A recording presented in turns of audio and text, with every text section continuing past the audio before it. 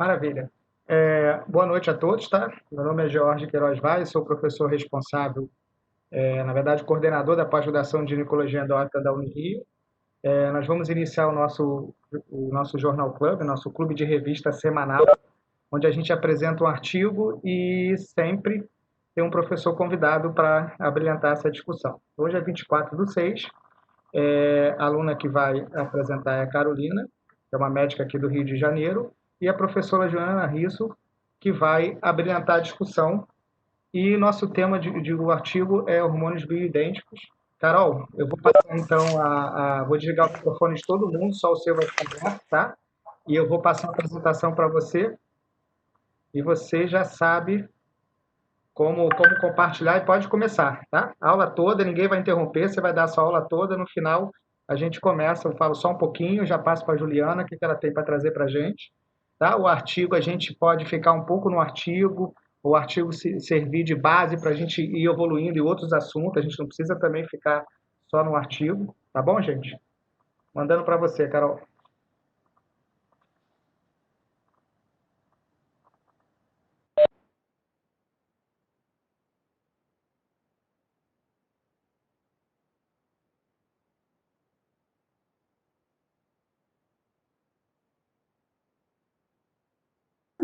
Espera aí que eu vou chegar isso aqui um pouquinho pro lado, a caixinha. Carol, seu microfone está desligado, peraí. Alô, Carol? Oi, tá me ouvindo? Agora estamos. Tá. Então, o tema proposto foi terapia hormonal bioidêntica na menopausa. Ih, não tá passando, peraí. Foi. Esse é o artigo sugerido. Bom, começa assim. A introdução dele foi que, segundo o estudo WHI, a terapia de reposição hormonal na menopausa pode ser utilizada de forma segura no tratamento de sintomas vasomotores. Carol, peraí, deixa eu te interromper. Tá dando alguma coisa errada que você não tá. Eu não sei se eu não tô vendo ou não tá Aqui passando. passou para mim. Pois é, para mim não tá passando não. Para você, tá para Ju, tá passando para você? Não. Não? Ficou parado na terapia de dente. Descompartilha ele de novo e para. Deixa eu sair e entrar você de novo, peraí. Tá, nunca vi isso.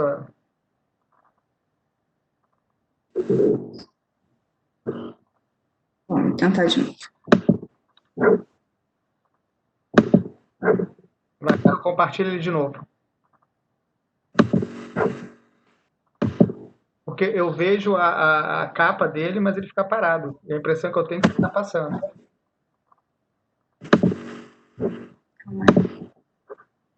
Apareceu para você? Tá aparecendo, mas agora tá no. Só a capa. Tá agora na introdução, no seu terceiro slide, mas ainda não está no módulo de apresentação, não. Para mim está no módulo de apresentação. Está acontecendo alguma coisa. Deixa eu baixar isso e apresentar para você. Engraçado, nunca vi isso acontecer. Agora eu botei na capa. Apareceu a capa para vocês? Não, para mim você está parado no slide. Só um segundo, deixa eu só. Nunca vi isso acontecer. Pera, deixa eu baixar.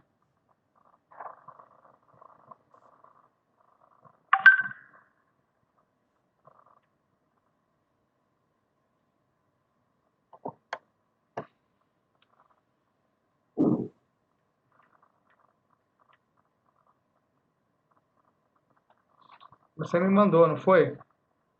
Te mandei. Vou baixar ele aqui, eu vou tentar passar por aqui, porque alguma coisa aconteceu.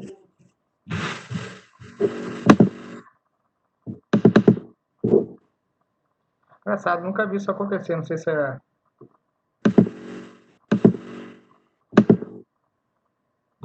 Quer que eu saia e tenha que entrar de novo?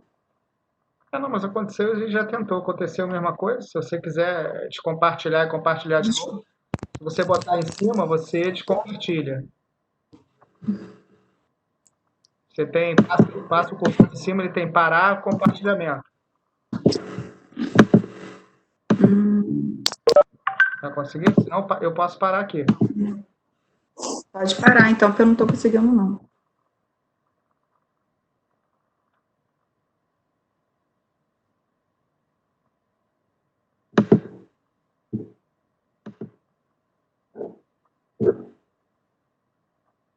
Vai agora, compartilha de novo. Senão eu compartilho aqui, você ficar falando passo, eu passo para você.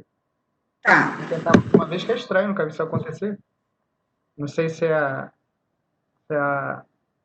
Mas se eu estou vendo bem seu vídeo, ele não deveria...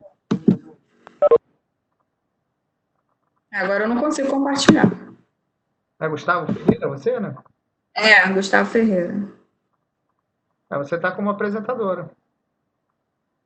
Ó, compartilhar conteúdo, aí eu vou no PowerPoint, boto compartilhar e agora não vai, igual estava indo. Pera, deixa eu tentar daqui, então.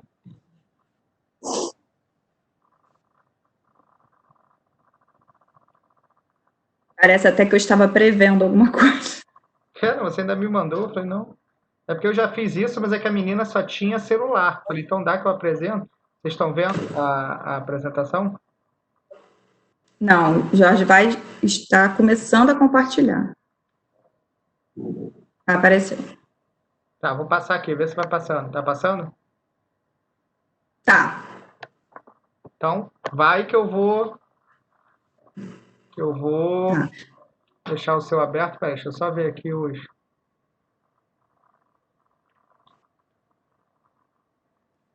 Então, Carol, vai falando. Eu vou fechar todo mundo até o meu. E você vai falando. Tá. Bom, então o tema sugerido foi terapia hormonal bioidêntica na menopausa, e o artigo sugerido é o próximo slide. Pode passar. Pode passar. Esse foi o artigo sugerido pelo George. Pode passar. Na introdução dele tinha que, segundo o estudo WHI, a terapia de reposição hormonal na menopausa pode ser utilizada de forma segura no tratamento de sintomas vasomotores em mulheres com baixo risco de doença para doenças cardiovascular e neoplasia de mama. E no que diz respeito aos riscos cardiovasculares, os estudos sugerem que o início da terapia antes de 60 anos ou com menos de 10 anos após o início da menopausa, ele pode ser benéfico, especialmente se não houver adição de acetato de medroxiprogesterona e estrogênios equinos conjugados. Pode passar. No estudo do WHI, pacientes que utilizavam estrogênio equino conjugado isolado, com follow-up de 13 anos e uma média de uso de 7,2 anos, tiveram uma redução na incidência de neoplasia de mama. Por outro lado, pacientes que utilizavam estrogênio em associação com progesterona tiveram um aumento na incidência do câncer de mama invasivo, isso com follow-up de 13 anos, mais uma média de 5,5 anos de uso. E estudos observacionais demonstram forte recomendação da terapia utilizando progesterona. Passou. Micronizada em associação com estradiol transdérmico, o que consideram a terapia ideal. Pode passar. E o objetivo desse artigo era revisar as vantagens da administração de estrogênio por via não oral, bem como de hormônios bioidênticos. Pode passar.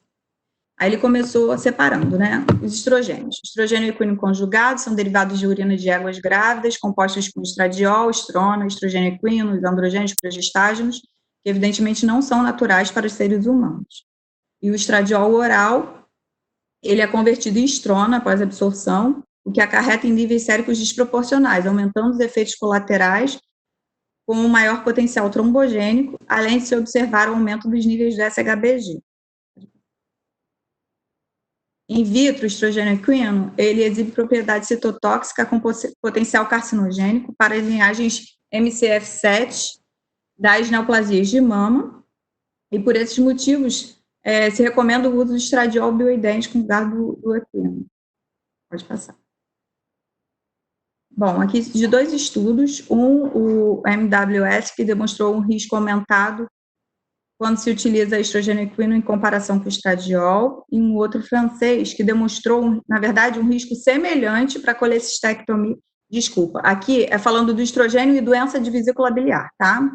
Então, no MWS demonstrou um risco maior em quem utilizava o estrogênio equino conjugado,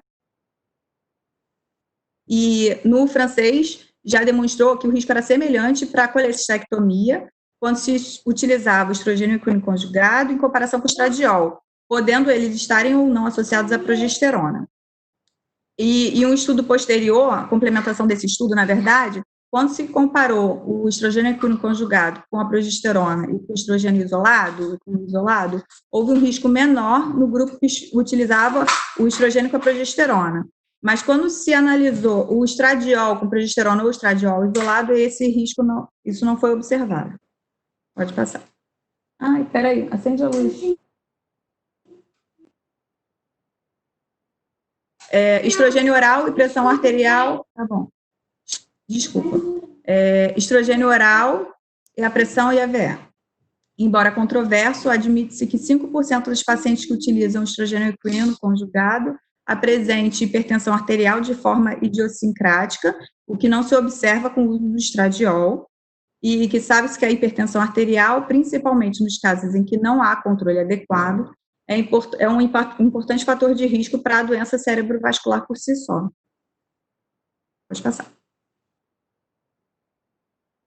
Em relação agora ao oral com a hemostasia, lembrando que o estrogênio equino tem um maior potencial trombogênico do que o estradiol, pois há correlação com o aumento do nível sérico de estrona e do pico de trombina, que é um marcador de hipercoagulabilidade, e há dados escassos, porém convincentes, de que a associação de progesterona ao estrogênio potencializa o risco trombogênico, sendo o risco do estrogênio equino conjugado maior do que o estradiol.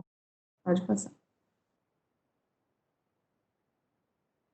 Estudos clínicos randomizados. Agora, em relação ao estrogênio oral com sistema cardiovascular, estudos clínicos randomizados evidenciaram um efeito protetor cardiovascular nos usuários de terapia hormonal com estradiol ou estradiol associado à progesterona, principalmente acetato de noritesterona e progesterona vaginal, logo após a menopausa. Efeito também observado no braço do estudo WHI, utilizando apenas o estrogênio equino conjugado. E no WHI, quando associado estrogênio equino com acetato de medroxiprogesterona, tal proteção não foi observada, sugerindo o impacto do tipo de progesterona que você vai utilizar na terapia. Pode passar. Agora ele falou da progesterona, acetato de medroxiprogesterona, mas não todas as progesteronas, neutraliza quase todos os efeitos benéficos dos estrogênios na função endotelial, no sistema cardiovascular, no perfil lipídico, metabólico, no metabolismo de carboidratos, na resistência insulínica, no diabetes, e apesar de não apresentarem efeitos trombogênicos por si só, alguns tipos de progesterona podem exacerbar o efeito trombogênico dos estrogênios orais, aumentando assim o risco de tromboembolismo venoso, efeito não observado com o uso da progesterona micronizada. Pode passar. Aí ele associou a progesterona com a doença da vesícula biliar.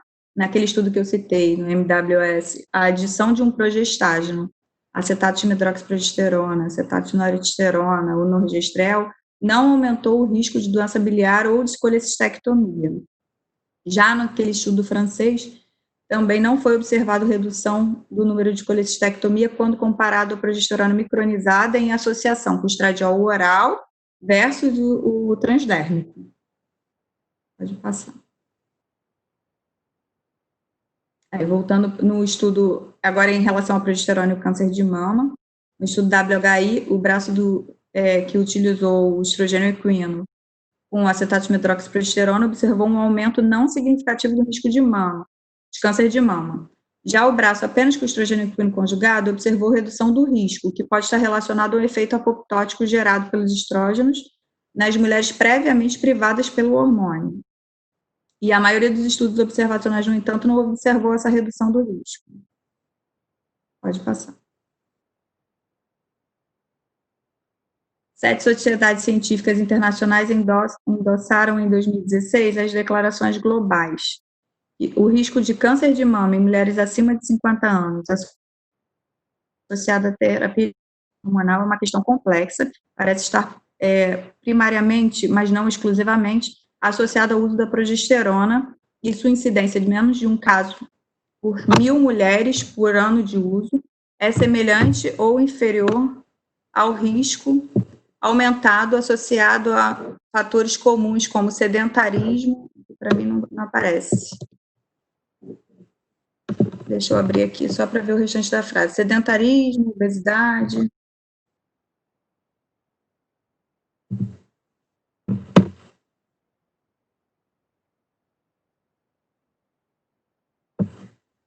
Obesidade e consumo de álcool. Pode passar.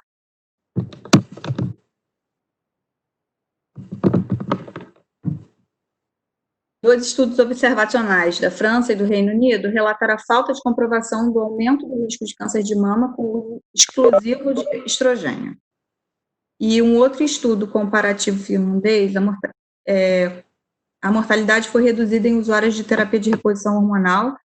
Nesse estudo, quase que exclusivamente era o uso de estradiol, se não me engano, menos de 5% era estrogênio equino, sendo a redução maior relacionada às usuárias apenas de estrogênio em relação às que usavam estrogênio mais progesterona. Pode passar. Os progestágenos que atuam de forma similar no risco de câncer, aí continuando com a progesterona e o câncer de mama. Os progestágenos não atuam de forma similar no risco de câncer de mama. Os sintéticos, quando associados ao estrogênio, podem ser mitogênicos para o tecido mamário. Por exemplo, o estrogênio equino conjugado com acetato de medroxiprogesterona aumentou significativamente a proliferação normal das células da mama. E naquele estudo francês, também teve uma observação de apenas um ligeiro aumento do risco de câncer de mama nas pacientes mais magras durante o uso da terapia de reposição hormonal, em qualquer duração, mas não após a interrupção do tratamento. E a progesterona micronizada confere melhor perfil de segurança, mesmo que o risco de câncer de mama se torne um pouco elevado a longo prazo. Pode passar. Aí, agora, falando do estrogênio transdérmico, ele resume que o uso do estrogênio oral aumenta o risco de tromboembolismo, né, venoso, como já falei, principalmente nos primeiros anos de uso, devido à passagem hepática que desencadeia a cascata de coagulação. E o uso de estrogênios transdérmicos e pela via vaginal reduz esse efeito trombogênico, podendo beneficiar as mulheres com alto risco de tromboembolismo, mas obesas, com mutações protrombóticas e passado de TEV, que necessitam de terapia de reposição hormonal. Pode passar. Associando o transdérmico com AVE, ele colocou aqui em mulheres jovens, o AVE geralmente é decorrente de fator trombogênico, diferente das mais idosas, das quais, devido à desestabilização e ruptura das placas ateroscleróticas, provocadas pela ação dos estrogênios orais nas metaloproteinases, que são presentes na matrizes dessas placas. Pode passar. Aí, o estrogênio transdérmico e a vesícula biliar. Os estrogênios orais aumentam o colesterol biliar, a saturação da bile, levando à precipitação da mesma, além da redução da mobilidade da vesícula, levando à formação de cálculos. Por não ter primeira passagem hepática, os estrogênios transdérmicos não provocam esse efeito. Aquele estudo que eu já citei, o MWS, confirmou o risco elevado de estrogênios orais versus o transdérmico durante o período de uso de 5 anos. Considerando apenas os casos como tratamento cirúrgico, naquele estudo francês, também observou um maior número de cirurgias de colecistectomia nas pacientes em uso de estrogênio oral. Pode passar. Agora, em relação ao osso, a FDA admite que a densidade mineral óssea como um preditor de risco de fratura e doses baixas de estradiol transdérmicos em comparação ao placebo durante 2 anos também aumentou consideravelmente a densidade mineral óssea da coluna lombar e do quadril. Vale a pena para a proteção de perda óssea, né, de massa óssea. Pode passar. O estradiol fala do estradiol vaginal, que pode ser comprimido, supositório, anel, creme, gel, né? Doses ultra baixas são suficientes para sintomas geniturinários e uma dose um pouco maior para sintomas vasomotores. A absorção depende da dose, ele bota como do tipo de parto, da via de parto, e do grau de pré-estrogenização da mucosa vaginal. e que o uso crônico leva a taxas menores no sangue. Pode passar. Continuando o estradiol vaginal, os efeitos locais predominam sobre os sistêmicos, mas o risco de hiperplasia endometrial e câncer de endométrio não foram totalmente afastados devido à falta de segurança dos dados, principalmente com uso a longo prazo. Apesar de não ser recomendado o uso rotineiro de progestágenos associados a baixa dose de estrogênio vaginal, um estudo dinamarquês evidenciou um risco maior de câncer de endométrio, o que justifica o monitoramento do endometrial em casos de sangramento vaginal. E os níveis baixos de estradiol sanguíneo podem exibir proteção cardiovascular, diminuindo o risco de doença coronariana e morte por AVE, segundo um estudo finlandês. Pelo mesmo motivo, o uso do estradiol vaginal aumentaria o risco em pacientes com história de câncer de mama prévio. Pode passar.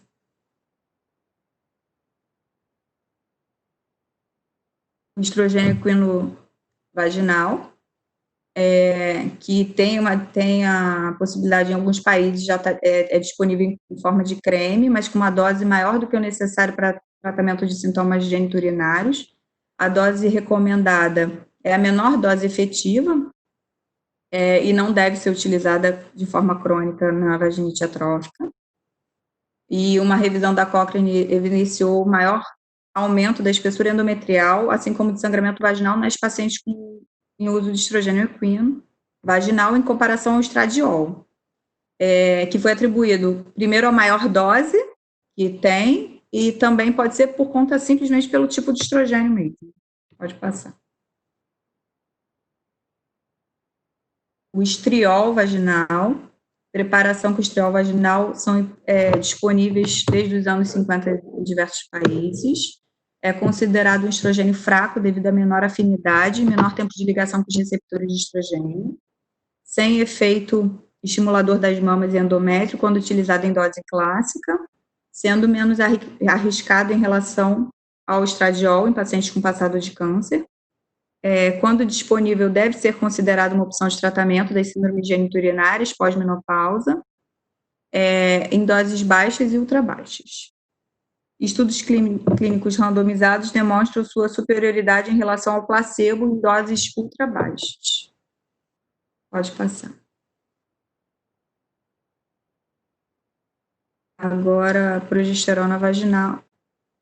Todas as preparações apresentam concentração sanguíneas mais elevadas quando comparadas às orais devido à absorção sustentada. Em um estudo prospectivo de 3 anos com 30 mulheres que receberam um gel de estradiol transdérmico e progesterona vaginal de 100 mg em dias alternados, mostrou uma atrofia endometrial em 100% dos casos e amenorreia em 92,6% dos ciclos. Parece possível altas concentrações intrauterinas com baixa distribuição sistêmica com o uso de baixas doses administradas através de anel vaginal, o que poderia proteger satisfatoriamente o endométrio, mas apenas alguns dados epidemiológicos estão disponíveis. A via vaginal pode ser utilizada quando a via oral provoca sedação excessiva, o progesterona oral. Pode passar. A dihidroepiandrosterona melhora a atrofia vaginal quando administrado por via vaginal. Mulheres na pós-menopausa se beneficiam com a administração diária de 6,5 mg por 12 semanas. E assim como a via oral é desprovida de efeitos nocivos e pode ser utilizado com segurança no tratamento das síndromes geniturinárias na menopausa. Pode passar. A testosterona ensaio clínico randomizado pequeno de curta duração com propionato de testosterona tópico evidenciou melhora significativa no trofismo vaginal com a dose de 300 microgramas dia, mas não parece lógico, a indicação de testosterona para essa queixa, visto os efeitos colaterais provocados dessa medicação quando comparado aos outros esteroides. Pode passar. A conclusão do estudo foi que a administração dos hormônios sexuais naturais idênticos ao corpo parece suportar vantagens em relação aos progestágenos sintéticos e o estrogênio equino conjugado. A via transdérmica do estradiol reduz o risco de tromboembolismo venoso, AVE, doenças de vesícula biliar em relação aos de via oral. A terapia de reposição hormonal pode ser mantida por longos períodos, inclusive para prevenir fraturas, não sendo necessário interromper após 60 a 65 anos. Pode passar.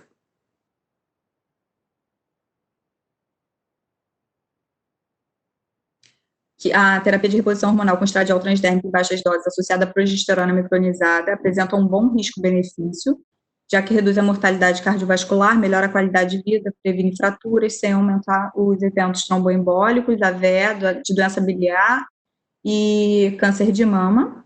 E, apesar das opiniões contrárias, alguns autores consideram a prevenção de cardiopatia deve ser considerada com a indicação de terapia de reposição hormonal, mesmo em mulheres assintomáticas na pós-menopausa, além de mudanças de estilo de vida.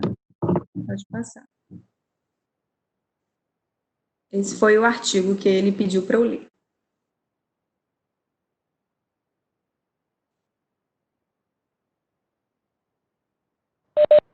Maravilha, Carol.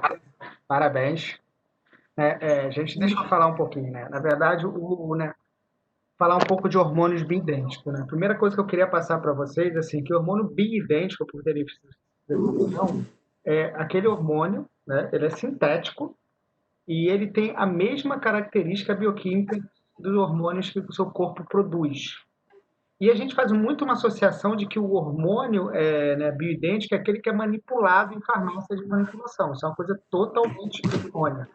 Né? E, obviamente, qual é a pegada do hormônio bioidêntico? Né? A gente vem vindo toda essa história, né, do tratamento hormonal, eu já contei várias vezes com vocês, né? A reposição hormonal começou mais ou menos ali em 1960, quando a gente começou a produzir os extras nos esteroides, né? E a gente tinha aquele livro famoso, né? Que era Femme Forever. E aí você começou aquilo que usar estrogênio ser mulher, ser feliz, ser bonita, é usar estrogênio. Então, você passou estrogênio, se você não tomasse, se você chegasse à fase da menopausa no estrogênio, enfim, o cara era um professor, não me lembro o nome dele, mas é um serente speaker, enfim. E aí começamos a ver que alguns problemas, o primeiro deles foi o câncer de endométrio, né? Que já começou já no final da década de 70 já saiu os artigos que precisavam de antagonizar com a progesterona, né? E assim, e ali no final dos anos 80, outros artigos, a gente começou a ver incidência de outras coisas, enfim. Eu me formei em 2001, né? Eu falo muito isso. Eu fiz prova de residência com indicações de TRH, que eram diversas, praticamente mulher igual na menopausa, igual a fazer hormônio. O WHI, o que ela muito cita, foi um divisor, né, dessa questão de hormônio, e eu, quando comecei a fazer residência em ginecologia, a gente parou, né, numa desses artigos, a gente até apresentou um gráfico, né, como é que era essa questão de prescrição do hormônio, a gente vê que em 2001 ele cai, né, a gente para um pouco, porque fica todo mundo confuso, dá câncer, derrame, enfim, aquela confusão toda, não é assim, não prescrever, já prescrever estrogênio já não é vida. Depois a gente vai conhecendo mais, e aí vários estudos, ela cita o Millie Woman, enfim, você tem o PEP, você tem o Nurse, você tem vários estudos, enfim, a gente começou a ver que existem alguns riscos hormonais. E aí o pessoal vem muito em cima. Por exemplo, o WHI, ele fala de coisas que a gente nem quase faz, né? Que é estrogênio conjugado com hidroxiprogesterona. Eu, por exemplo, eu faço reposição hormonal como bioidêntico. Eu uso o estrogel da maneira tópica, ok? E uso o progestan, também, que é progesterona, não, progestágeno. Os dois são hormônios sintéticos e são produzidos em indústria. E tem sempre essa pegada. O grande problema é o seguinte, é que tudo que é de ruim que aconteceu nos hormônios e que não foram de hormônio bidêntico, existe uma pegada de dizer que não, assim, aconteceu porque não era hormônio bidêntico. E talvez se usar hormônio bidêntico, isso não aconteça. Então, todas as contraindicações passaram um pouco a ser, né? Você começa a ver colegas falando que, assim, se tem problema, sei lá, de AVE, de cardia, não podia ser estrogênio conjugado, mas o estrogênio tópico pode, o estrogênio bidêntico pode, ou a progesterona, enfim. A gente está começando essa era de observar isso, e existe essa defesa dos hormônios que sejam biidênticos, alegando que todos as contraindicações, os efeitos adversos que a gente tem estudado foi por causa que a gente estava usando hormônios sintéticos que não eram nem estrogênio nem progesterona, eram estrógenos, ou seja, drogas sintéticas que têm aplicações ou estímulos receptores de estrogênios parecidos, mas têm outros efeitos, E progestários são drogas também que não são progesteronas, são drogas sintéticas parecidas com a progesterona, que têm efeitos de progesterona. Juliana Juliana Rizzo, que é a professora que vai falar com a gente, é uma médica que estuda bastante, trabalha bastante disso. Então, eu queria que você falasse um pouco, Juliana, da questão dos bioidênticos, como é que você vê essa relação, algumas controvérsias, eu quero que você entre muito em controvérsia. Vou abrir seu microfone aqui, Juliana, acho que você consegue abrir. Fala um pouco do artigo e, Carol, parabéns, tá? A gente sempre fica um pouco nervoso, enfim, ainda mais apresentando com passa, enfim, se não conseguindo ler, mas foi muito bom, gente. O artigo também ele é muito bom, né? Ele divide, assim, gostei bastante do artigo. Ju, tá aberto aí. Abriu? Porque eu ia falar que não estava conseguindo abrir. Bom, meu amigo, obrigado pelo convite, primeiro. Eu acho importante a gente colocar algumas coisas, assim, eu preparei, olha a quantidade de folha que eu escrevi aqui, porque você sabe que é um tema que eu amo. Maravilha. A gente vem junto, né? Eu me formei em 2000, você em 2001, eu fui um R acima de você, a gente era amigo desde aquela época, você era da UERJ, era do Fernandes Figueira, mas a galera se juntava. Ju, eu não sei se você vai se lembrar, mas eu fui do Fernandes Figueira por 2 semanas. Eu entrei. Sim, você chegou lá e depois você deu o Fernandes, piti lá. O Fernandes Figueira aqui no Rio é uma escola obstétrica. Então cheguei, tinha como é que é? Clube do Feto, não tinha um negócio desse? Clube do Feto, tinha, Clube do Feto. Aí começava, para quem não é do Rio, o Fernandes Figueira é um centro de referências, tanto de medicina fetal, como também de gravidez, pediatria, de informações, enfim, de pediatria. E obstetrícia não era minha praia. Então, eu fiz prova para lá, que realmente é o centro de referência. Não, Fernandes Figueira. Cheguei lá, falei, não gosto muito de obstetrícia, não. Aí eu saí.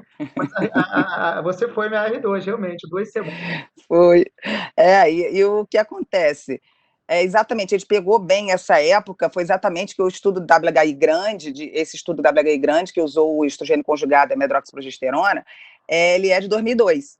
Né? E foi justamente nesse boom, quando a gente estava na residência, que o pessoal falou para tudo, e na verdade ainda tem muito deles aí, a gente ainda vê o pessoal aí que faz muita medicina convencional, que faz o pessoal mais antigo, que realmente não estuda, não recicla, passando, assim, os estrogênios orais, ou Nativa Pro, Activelle, etc., todos esses são estrogênios orais, e o pessoal tem utilizado muito ainda. Eu achei legal você ter colocado algumas coisas, assim, então, na verdade, gente, assim, nunca é tarde para mudar, então eu comecei lá no Fernandes Figueira, fiz medicina fetal, fui para a Inglaterra, para King's College, não sei o quê, comecei reprodução humana fazendo ultrassom com vocês lá, com a Cecília e com o George lá era no Barrador ainda, o Centro Vida, né? Eu aprendi a fazer ultrassom com a Juliana, lembrei. Muito tempo. Você já trabalhava lá, eu tinha chegado de fora, né? Fui estudar fora. Eu aprendi a fazer ultrassom com você, praticamente.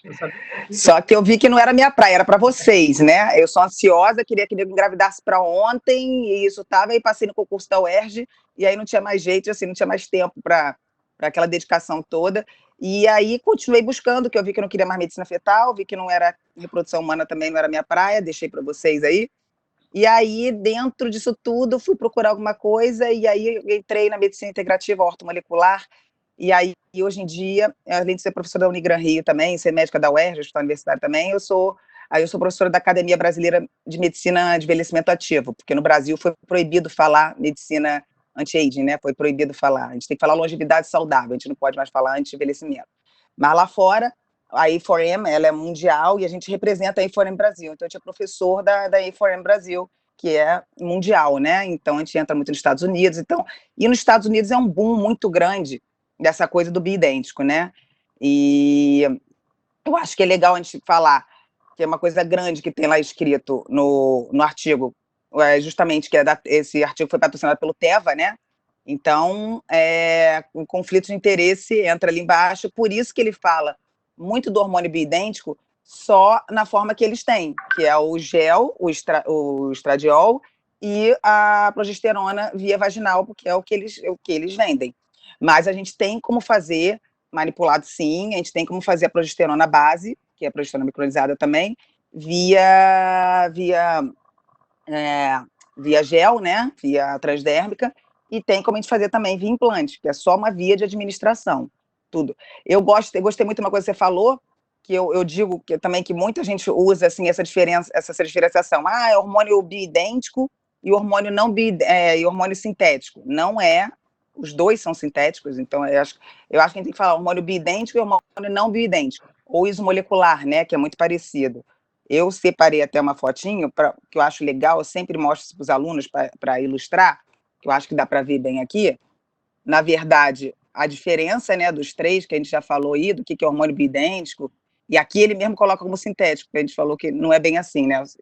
Mas aqui dá para ter noção da estrutura molecular, ó, do que é a nossa progesterona e o que seria no hormônio sintético, né? Eu acho que dá para ver bem que aquilo vermelhinho não é nosso, não é droxiprogesterona lá em cima que o estudo fala. O etinilstradiol que ele fala, o nosso estradiol, como é que é. Então, a estrutura molecular é parecida, mas para eles poderem patentear também, eles tiveram que botar essa coisinha vermelha aí, que não é nossa, e foi feita em larga escala, e a gente não achava que dava tanto efeito colateral, e a gente foi descobrindo, né, os efeitos colaterais. Então, naquela época, em 2002, foi um boom, demonizaram reposição hormonal, e para isso voltar, até hoje tem paciente quando chega no consultório que você fala, fazer, não, mas minha mãe teve câncer de mama. Eu falei, mas você está ótima, vamos fazer, ainda a gente tem que conversar, desmistificar isso, porque eu acho que a reposição hormonal é vida. Eu sou suspeita e gosto muito. Você quer falar alguma coisa, Gê? Não, Aí não. a gente entra, né? Não, vai embora. Então, algumas coisas que eu acho interessantes a gente colocar é justamente isso, que o hormônio, então, o hormônio oral, ele teria aquela coisa vermelha que seria o non-self, a gente não reconhece, né, o corpo não reconhece, então realmente a gente reagiria a isso, a gente reage de alguma forma. E fora que sendo oral, ele tem aquela coisa da primeira passagem hepática, que passou pelo fígado, a primeira passagem hepática, ela tem aquela conjugação, oxidação, sulfatação, as coisas da ortomolecular que eu faço hoje em dia também, e aí vem os efeitos maléficos, né, os protrombóticos, o efeito mitogênico. Eu achei muito interessante que nesse artigo ele coloca muito o problema da vesícula, né, que nos outros artigos eles não citam muito. Esse daí foi o primeiro artigo que eu vi ele frisar tanto o problema dos cálculos biliares, né? O Milho Ama que fala, né, que você tem um aumento aí das coleguletis, enfim, no estrogênio oral, realmente só o Milho Ama que dá, né, os outros já não acham esse. Os outros já não ligam muito para isso, eu achei interessante isso nesse artigo. E eu acho que a reposição hormonal, acho que é importante a gente explicar para o paciente que, na verdade, a gente só vai estar dando que hoje em dia a gente foi feito, como é que a gente foi feito? A gente foi feito por Deus lá para nascer, reproduzir e morrer, né? Então, acabou ali. E a gente, graças a Deus, tem nossa inteligência, a gente está vivendo cada vez mais e a gente prolongou isso na vida, e a gente está vendo que a ideia é morrer jovem o mais tarde possível. É isso que a gente fala da longevidade saudável, né? Então, a gente tem necessidade dos hormônios. E uma coisa que eu sempre falo para paciente, que eu acho muito importante a gente falar, que é o contrário. O que dá câncer é envelhecer. As células vão ficando mais velhas, os sistemas de retirada de radicais livres, de melhorar estresse oxidativo, de substâncias antioxidantes, etc. As células no DNA vão envelhecendo.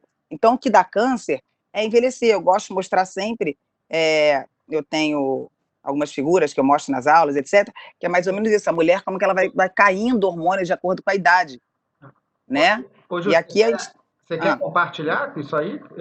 Você prefere? Não, depois eu até passo para você botar, que eu botei que eu faço... Se você quiser compartilhar com o computador, que nem ela botou na tela alguma coisa, eu posso fazer. Mas agora está no iPadzinho, está ali aqui. Aí da próxima vez a gente faz uma coisa mais tecnológica. Não, dá para a gente ver, tá ótimo. Só se você quiser. Dá para ver? Dá. Quando você bota às vezes, ele aparece invertido, isso que é ruim. A imagem ela fica em espelho. Não, eu inverti. Não, mas eu inverti a imagem toda. Já estou PhD nesse negócio de aula online também, já está invertido, ó. Olha lá, para você está aparecendo? Não? Não, para mim aparece. É porque eu inverti para aparecer, então para mim tá... É porque, já sei, porque nas lives, o que acontece? Eu faço na selfie. Então tem aqui, peraí. Pronto.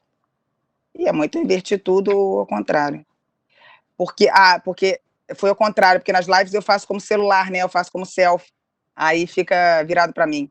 Então, mas uma coisa legal, por isso que estava parecendo invertida. Então, uma coisa legal é a gente mostrar isso. Olha a incidência do câncer de mama, né? Como vai aumentando com a idade. Então, dizer que é a reposição hormonal que deu câncer de mama, se você mostrar isso daqui para uma paciente, ela vai ver que só de envelhecer ela já tem esse risco aumentado. Então, a gente tem que tirar isso da cabeça dela e mostrar todos os benefícios. É lógico, eu sempre falo pela medicina 2 mais 2 é igual a 5. A gente não tem como garantir. Uma paciente, por exemplo, que eu evito fazer reposição hormonal é aquela que já teve câncer.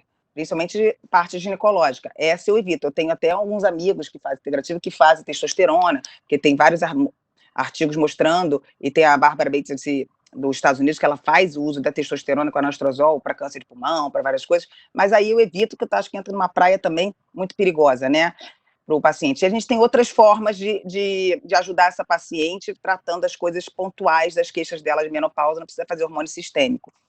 Então, o que a gente falou, que a ideia é a gente envelhecer, um envelhecimento saudável, né, deixa eu ver o que eu escrevi mais aqui, não é bem idêntico, bem idêntico.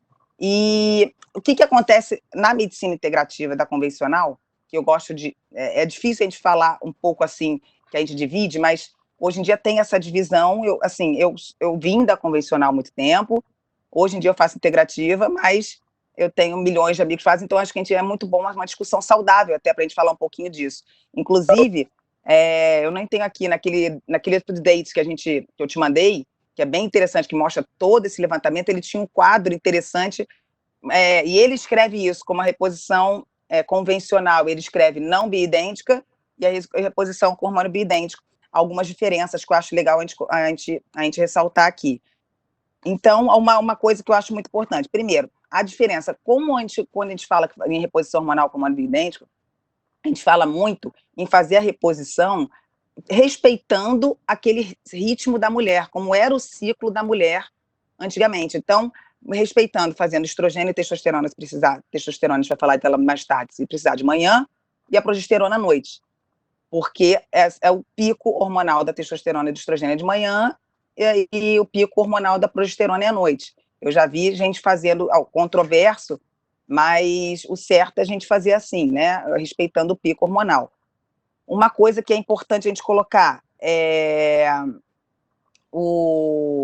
a diferença, eu acho que é uma diferença muito, muito gritante na reposição com hormônio não bioidêntico, e até na reposição com hormônio bioidêntico, com o que faz até desse padrão normal da TEV, sem ser com progesterona gel, né? É que eles usam mulher que não tem útero. Então é controverso, só faz estrogênio, que a progesterona seria só para contrabalancear a hipertrofia endometrial. E a gente sabe que a progesterona é o primeiro hormônio, quando a mulher vai envelhecendo, é o primeiro hormônio que cai. E a progesterona, ela é vida. A progesterona, ela melhora a irritabilidade, melhora sono, ela é vasodilatadora, ela melhora óxido nítrico, então ela melhora várias coisas. E se a mulher eram os 3 hormônios antes, por que agora, de repente, só porque ela não tem útero, tirou o útero, deixou de ser mulher, vão fazer só o estrogênio, a gente não precisa contrabalancear com a progesterona? Porque a cascata hormonal começa lá do colesterol, vem para a pregnenolona, e depois a gente vai metade para a suprarrenal, metade para os ovários, e essa cascata, ela é toda integrada, né?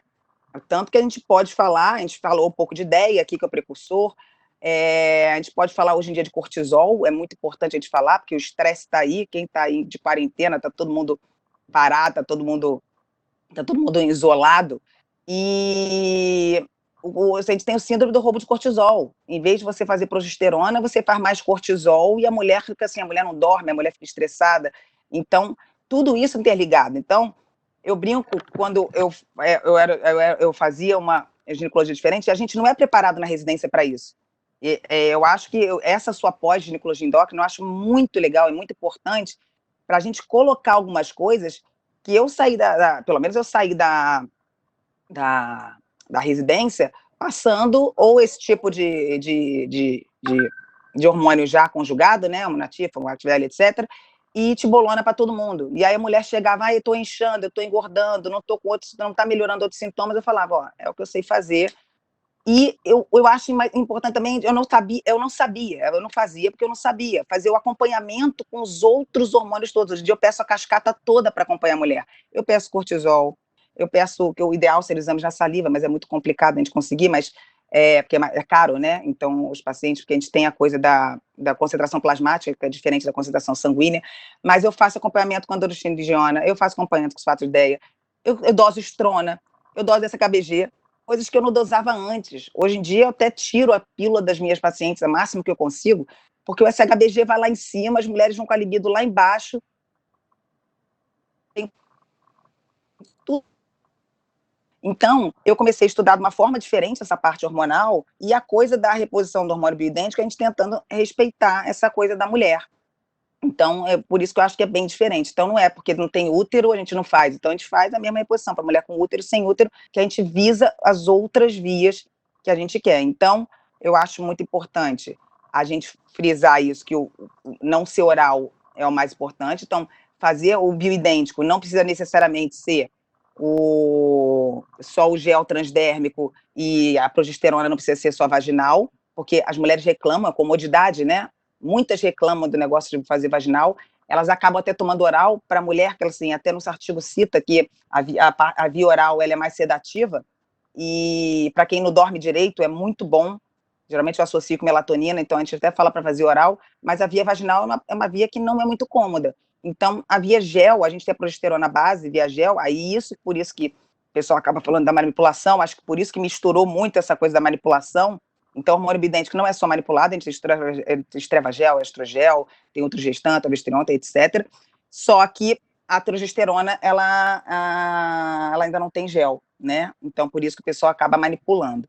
A via do implante também é só uma via de administração, a gente pode fazer o estradiol, a gente pode fazer a progesterona, a gente pode fazer todos via implante, a diferença é que você coloca e você não depende do nível de absorção na pele, porque quando você faz a via transdérmica, você tem a cada paciente, então é importante a gente individualizar o paciente, porque cada vez que a gente faz a progesterona transdérmica, cada paciente pode absorver de uma forma diferente, porque depende da via, depende assim, se é gel Pentravan, se é gel hidroalcoólico, se é DMSO, porque cada paciente vai responder, tanto que você vê tanto na clínica quanto os níveis sanguíneos, então é tentativa e erro no transdérmico. Nos implantes, você já mantém um nível mais constante de liberação, né, e aí o paciente pega o necessário de acordo com o ritmo hormonal dele. Então, acho importante frisar esse paciente, por exemplo, com SHBG alto, se você... É muito engraçado, tem paciente que a gente queima cartucho, né, que já veio de outro médico falando, eu tô com a libido baixíssima, que é uma das únicas indicações que a gente tem pela ISBEM, pela Sociedade de Endocrinologia, de usar testogel, e fala, mas olha, não funcionou nada. E a mulher ou tá usando pílula ainda, com SHBG lá em cima, quer dizer, tá com o eixo bloqueado, a pessoa não tira, não desbloqueia, ou então já tem o SHBG porque usou pílula muito tempo, ou tem uma resistência insulínica alta, e mesmo com SHBG um pouco mais alto, quando a gente tem uma resistência insulínica, que é o mal do século, né, todo mundo come errado, obesidade, etc., o SHBG, quando ele fica acidificado, quando ele fica acidificado, ele diminui de tamanho, então ele aumenta a afinidade. Então, às vezes, você pega uma paciente que você olha, mas esse gel não está funcionando tão legal, e o SHBG dela não está muito alto, mas geralmente não está muito alto, mas ela está com resistência insulínica grande. Então, se ela está com essa resistência insulínica grande, ele aumenta a afinidade do SHBG. Então, ela tem um número no sangue do SHBG baixo, mas a afinidade está muito alta. Então, a gente tem que prezar, além de fazer hormônio, não é só jogar hormônio no pessoal, a gente tem que prezar a mudança de estilo de vida, emagrecimento, exercício físico, que até para reprodução humana, assim, vai ser a nossa live, né, Gi? Que é assim, que a gente fala justamente que para engravidar, para implantar o embrião, então mudança de estilo de vida está sendo implementada junto com essa coisa da reposição hormonal bioidêntica. Ele fala no artigo também, que eu achei interessante, e no estudo no up-to-date do WHI, ele também fala que reposição hormonal só deve ser feita até 10 anos após a menopausa, se entrou com 55 até 65, ou se entrou com 42 só até 52, se for uma menopausa precoce, e não fazer depois de 60 anos. Ele até cita isso nesse artigo também. Nessa visão com hormônio bioidêntico e com hormônio não oral, você não passando pela via oral, a gente vê que os benefícios são muito grandes e você pode começar até depois disso se a paciente for sintomática. Nesse up-to-date que eles falam do WHI, mês de 2002, eles só usam, naquela época eles usavam muito só reposição hormonal para paciente que tinha sintoma vasomotor. Ele não usava como prevenção para massa óssea, para problema cardiovascular, para autoestima, para as outras coisas que a gente faz a reposição, né? Se a mulher não tivesse sintoma vasomotor, ele teoricamente dizia que nem precisava fazer. Agora, se ela tivesse sintoma vasomotor com 65 anos, você podia começar, quer dizer, eu acho que era não entrava no consenso ali, e não acho que não seja isso que a gente acredita, a gente quer deixar a mulher cada vez melhor, né? eu acho assim, que mais seguro a gente começar, quanto antes a mulher está na menopausa, a gente começar a reposição hormonal, sempre mais seguro. Frisando que na perimenopausa também é muito importante a gente começar, então, assim, que a gente vai ter uma resposta melhor dessa mulher se a gente começar na perimenopausa, quando ela já começar com a regularidade menstrual, com alguns sintomas de menopausa, a gente pode já começar a reposição, né, com uma mudança de estilo de vida, com aquilo tudo junto que a gente falou.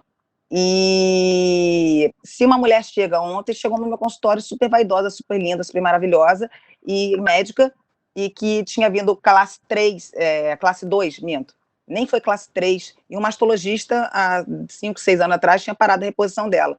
E ela estava se sentindo com pele, não conseguia namorar, não conseguia ter relação com o marido, já estava com quase osteoporose, osteopenia, naquele limite para osteoporose, se sentindo envelhecida, flácida, sem libido, já deprimida. E eu, assim, 74 anos, e eu comecei a reposição com molibdêntico, dose baixinha, porque os exames dela estão todos normais. Expliquei para ela, eu acho que a gente tem que conversar muito com o paciente, que ela tem mais risco. Agora, quanto mais tarde a gente conversa, menos são esses benefícios da reposição que eu dizer. A mulher que já tem osteoporose, você não vai prevenir mais muita coisa, você vai tentar ajudar ela da melhor forma possível, né? Então, tem essa coisa também dessa diferença de quando a gente começar. E outra coisa também, que eu vejo muito, essa coisa que a pessoa fala muito de menopausa precoce, a mulherada está entrando realmente mais no jovem, né? Em vez de ficar naquela média de 45 a 55, está entrando na menopausa com 42, 43, até antes, mas a gente tem que ver que o estresse também bloqueia eixo. Então, eu acho que a mulher chegou com sintomas de menopausa, etc., estrogênio e progesterona baixa, a gente tem que dosar tudo, porque às vezes o FSH-LH tão baixos também, ela está bloqueada por esse estresse, pelo excesso de cortisol, muitas vezes por causa da síndrome do roubo do cortisol, ela está com o eixo bloqueado, e a gente tentar restaurar o eixo antes de dar hormônio é muito importante para fazer ela produzir. Então, Clomid, 12,5 miligramas 3 vezes por semana, ou então uma coisa da ortomolecular, Vitex, Semicifuga, Long Jack, Mucuna, algumas coisas, já vi várias vezes a gente reverter, e aquela mulher voltar, voltei a menstruar e acabar aqueles sintomas. Porque muita gente já entra com um hormônio de cara, eu acho que a gente também tem que ter uma parcimônia também nessa investigação da mulher, ainda mais nessa fase de estresse, né, e de disruptor endócrino, de fenoestrógeno, essas coisas que a gente é submetido exaustivamente hoje em dia, né? Então, o que eu acho que a gente tem que frisar também é os estímulos, né? O que a gente quer estimular com a reposição hormonal? A gente quer estimular beta-receptor e não alfa-receptor. Então, entra algumas coisas da horta que eu faço na reposição, porque o beta-receptor é o que tem pele, osso, endotélio, sistema nervoso central, sistema geniturinário, cardiovascular, que é o que a gente quer estimular, o beta, e o alfa, que a gente tem, que são os pró-inflamatórios, né? Que é mama, que é endométrio, fígado, folículo piloso. Então, a gente quer evitar estimular esses. Então, a gente vê que no hormônio bioidêntico, a gente consegue fazer isso melhor. E aí eu faço picolagenol da ortomolecular para estimular mais a produção do beta-receptor em vez do alfa-receptor, né? Outra coisa também, eu não pedi a estrona. Quando a estrona está muito alta, a gente também tem que tomar cuidado com essa estrona alta, porque essa estrona alta é potencialmente mostrando que está indo para o caminho errado, né? E a gente pode fazer também algumas coisas do ortomolecular, o 3-indolcarbinol, a gente faz o DIN, para estimular a formação de 2-hidroxiestrona, em vez de 4,6-hidroxiestrona. Tudo isso junto, a gente conversando com o paciente, previne. Então, o paciente que tem história familiar de câncer de mama, você chegar para ele e falar, não, vou fazer algumas coisas, vou fazer resveratrol, vou fazer piclogenol, que é antioxidante, vou fazer ômega 3, vou fazer o 3-indolcarbinol, e vai ajudar você a não ter uma menor probabilidade de ter câncer. E eu converso muito com ela também que a vida é assim, porque se ela for ficando mais velha, de repente vai aparecer, ter reposição desde 50, teve todos os benefícios, com 85 apareceu câncer de mama, provavelmente não foi aquela reposição hormonal. E a idade já pode processar. E pelo contrário, o hormônio bioidêntico, como mostrou aí no trabalho, teoricamente preserva até, né? Porque a gente estimula mais os beta-receptores, em vez dos receptores pró-inflamatórios, os alfa. Uma coisa só que eu também anotei aqui, o SHBG eu já falei, que eu acho importante a gente falar também, que na medicina integrativa, aí é uma briga grande, né? De cavalo grande, que a gente sabe. Eu, inclusive, não uso, vou falar que eu não uso, porque eu já li outros trabalhos que mostram que é uma via dupla. O pessoal faz muito, não só o estradiol, né? Eu acho que você já deve ter visto por aí muita prescrição com estriol. que geralmente a gente faz 80% de estriol para 20% de estradiol. Isso seria uma proteção, né, segundo quem faz, segundo os estudos, né? Por que seria protetor? Ele seria protetor porque ele melhora o estriol, ele é menos, ele ajudaria a ir mais para o beta-receptor também, na cascata, e ele inibiria a atuação do receptor alfa mitogênico na mama. Então, você usar o estriol com o estradiol, você iria diminuir a utilização do estradiol. Então, a ideia é você usar mesmo transdérmico, a menor dose de estradiol possível. Então, você com meio miligrama, você, normalmente a dose mínima que a gente começa, meio miligrama de estradiol com 2 de estradiol, já faria os efeitos que a gente quer e potencializado e com uma proteção maior. Mas eu já li alguns artigos, o Minuzzi, que é um endócrino também muito bom da integrativa, cita e mostrou, aí eu li esse artigo que ele fala que também às vezes é uma via de mão dupla, também pode, esse estriol também pode acabar virando mais estradiol e a gente dá uma dose um pouco maior, então eu continuo também, por isso que eu falei, de mudar de especialidade um pouquinho velha é bom, porque a gente faz tudo com parcimônia, então eu continuo só no meu estradiol, geralmente não faço essa composição não. E aí vem os dois também discutíveis, que é bom para a gente abrir essa discussão, que é o uso do DEA, né, que na integrativa a gente usa muito, mas a gente usa muito DEA como precursor, né, mas ele por si só já estimula também outros receptores, então na mulher seria uma dose de 25 miligramas oral, e nos Estados Unidos, inclusive, isso é uma febre, porque aqui foi proibido, é muito doido, né, mas o FDA deixa você vender no Walmart, no Walgreens, no GNC você compra o DEA, e para eles é suplemento, não vem como hormônio, e a gente sabe que é um pré-hormônio, e atua como hormônio, sim. Então, é complicado, porque quantas pessoas a gente já viu aí pedindo, traz um DEA para mim, porque alguém falou que é bom e a pessoa está usando pré-hormônio, não deve ser assim, né? No Brasil, a gente já conseguiu burlar um pouquinho isso, a gente não vende o DEA em si, mas se manipula para asterona, que seria mais ou menos a mesma molécula, e a gente faz via vaginal. Mas aí, a prasterona via vaginal, a gente faz 20 miligramas, seria muito bom para aquela paciente aquela que eu citei, que não faz reposição hormonal há muito tempo, que tem medo de fazer, que ela melhora a depressão, ela modula o cortisol, ela se acopla no DNA e no modulador do DNA do cortisol e melhora o receptor do cortisol, né? Então ela melhora o cortisol, então ela para tratamento para depressão, ela é muito boa, para atrofismo vaginal, ela é muito boa, ela também pode virar testosterona, então convertida se melhorar a libido também. Então a gente usa bastante o DEA também. E a outra aí é minha queridinha, mas eu sei que é super controverso, mas você pode falar mais, que é a nossa testosterona, que eu amo, e de paixão, e eu acho assim, aí a SBEM coloca bem grande, né, que a gente só pode usar a testosterona no paciente que tem sexo hiperativo, que não tem libido, etc. Mas 90% das mulheres na menopausa, elas reclamam de diminuição da libido, então a gente acaba ficando um pouco bem acobertado por esse... assim, a gente pode passar tranquilamente, porque se você escrever no prontuário que essa mulher não tem libido, já seria a indicação que a SBEM coloca, então...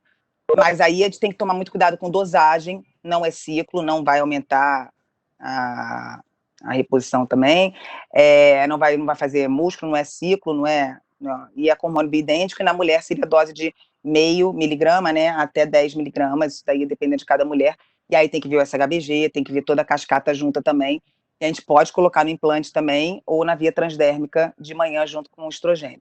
Eu gosto muito, agora eu sei que aí é a melhor para discussão, né, que é mais controverso, a gente usar a nossa testosterona. Deixa eu te fazer umas perguntas.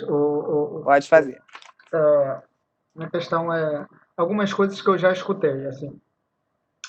Por exemplo, eu absorvo algumas teorias, eu não me incomodo de abrir, de discutir, mas, por exemplo, a medicina a gente faz o seguinte, a gente tem plausibilidade, eu falo isso muito para as pessoas, a gente precisa de uma plausibilidade para fazer alguma coisa, a gente não entender que tem uma relação direta de causa e efeito, passando pela bioquímica, não dá para a gente fazer medicina. Mas isso ela não é suficiente. Por exemplo, você me mostrou um quadrinho que eu já vi em diversas aulas até, aquela mulher que tem com vários níveis de... Vai caindo o hormônio. Então, você fala, não, que vai envelhecer é hormônio. Ok, tudo bem. Isso é uma plausibilidade. Não é só hormônio, estresse oxidativo, radical livre, etc. Enfim. Mas ok, o que que quando você fala isso, você pega essa teoria, você precisa provar. Se você bota, sei lá, 10 mil pacientes de um lado, que não vai usar hormônio, 10 mil pacientes do lado, que vai usar hormônio bidêntico, que vai usar o esquema que você acha que tem que fazer, enfim, não estou discutindo isso. E se você precisa provar isso? E se lá depois alguém tiver mais câncer que o outro, você entende que isso está associado a câncer. Eu já vi uma discussão que a pessoa falava, não, mas é que câncer depende de várias coisas, então não usou uma frase para quebrar uma questão de raciocínio. Eu falei, não, tá beleza, teu raciocínio, eu concordo, só que eu poderia botar cigarro na sua frase e dizer que cigarro e tabaco não causa câncer. Porque o câncer depende de várias coisas. O quê? A mesma frase que ela usou para o hormônio, eu troquei e botei. Eu falei, se você fumar, você tem 4 vezes mais risco de cigarro. Então, assim, a questão não é como a gente vai mudar. A medicina é feita desse jeito. Então, existe, está associado tabaco a câncer de pulmão. Ninguém discute isso. Talvez se alguém dissesse que o tabaco dissesse uma coisa legal, alguém ia vir com outras teorias. Okay. Então, é isso que eu falo. Então, a minha pergunta ela é o seguinte, não é? Eu acho que a gente tem que fazer, eu realmente, essas drogas sintéticas, como eu te falei, uso muito a questão da bioidêntico, mais da questão de indústria farmacêutica, o estrogel e a progestão que eu mais faço. Mas, por exemplo, eu já ouvi, não, eu faço reposição hormonal em quem já teve câncer de mama. Né? Você até falou, isso que eu te falei. Tem risco de câncer de mama. Risco, assim, isso não é uma contraindicação. Acho que você está correta. Senta, conversa. Isso é medicina, né? Eu falo para os alunos aqui. Prescrever hormônio, vai administrar efeito colateral, porque você não consegue um efeito só. Vem um efeito que você quer e vem outros. E você vai analisar risco o tempo todo. Assim, você vai ter que assumir risco. Eu também concordo com você que as pessoas querem querem viver até 100 anos, mas querem viver até 100 anos como se tivesse 20, que nada vai acontecer. Não, a gente vai envelhecer, vai degenerar, vai assumir outros fatores de risco, enfim, concordo. Tem que citar totalmente, você vê que no próprio artigo ele fala que a maioria dos problemas, inclusive, que tiveram, foi nas mulheres obesas, nas mulheres sedentárias, nas mulheres que não faziam, que usavam álcool, etc. Não, mas eu acho que é importante a gente, como ginecologista, que isso que eu digo que eu sou uma médica mais completa hoje em dia, é porque muitas vezes o pessoal, ainda mais essa coisa de convênio, que você tem que atender rápido o paciente, você vai lá, passa o hormônio e não conversa. Acho que caiu, Gê. Não, tô aqui. Você tá me ouvindo? Tô te ouvindo bem. Ah, tá. Não, porque tá rodando para mim. Aqui tá rodando para mim você. Tô te ouvindo bem. E não tem paciência de chegar e falar, olha só, você tá gorda, você tá hipertensa, você tá com predominância estrogênica. Você tem estrogênio pra caramba que você tá obesa, velho. Aí, mas eu quero uma testosterona que a minha libido tá baixa. Você vai aromatizar, vai virar tudo estrogênio, vai aumentar seu risco. Então, às vezes as pessoas para mim não é perder, é ganhar tempo da consulta para orientar a mudança do estilo de vida. Não adianta você dar hormônio. Eu digo que o hormônio é a cereja do bolo. Não adianta você chegar a querer dar hormônio sem mudar o estilo de vida. E isso do câncer que você está falando... Não, mas é isso que eu quero que você responda. Assim. Então, assim, você acha que você pode, então, por ser bidente, por essas teorias, você pode dar... E em fenômenos trombóticos, se você tiver as duas explicações clássicas, se a gente entender... Deixa eu fazer a pergunta, Ju. Se a gente entender que uma série de coisas dos estudos, a gente está olhando para lá e foram feitos com drogas sintéticas e tudo que a Carol apresentou, ok? Que eu acho, concordo com muita coisa, e se a gente passar por bios idênticos, independente da fórmula que a gente vai fazer, do esquema, eu possa dar em paciente com câncer, eu posso dar em paciente com tromboembolismo, por exemplo, que são as isso que eu te falei. Posso dar com disfunção hepática, também é uma contraindicação, só porque ele é natural, assim, porque tem gente que fala isso, eu já sei. Né? Não, isso que eu ia te falar.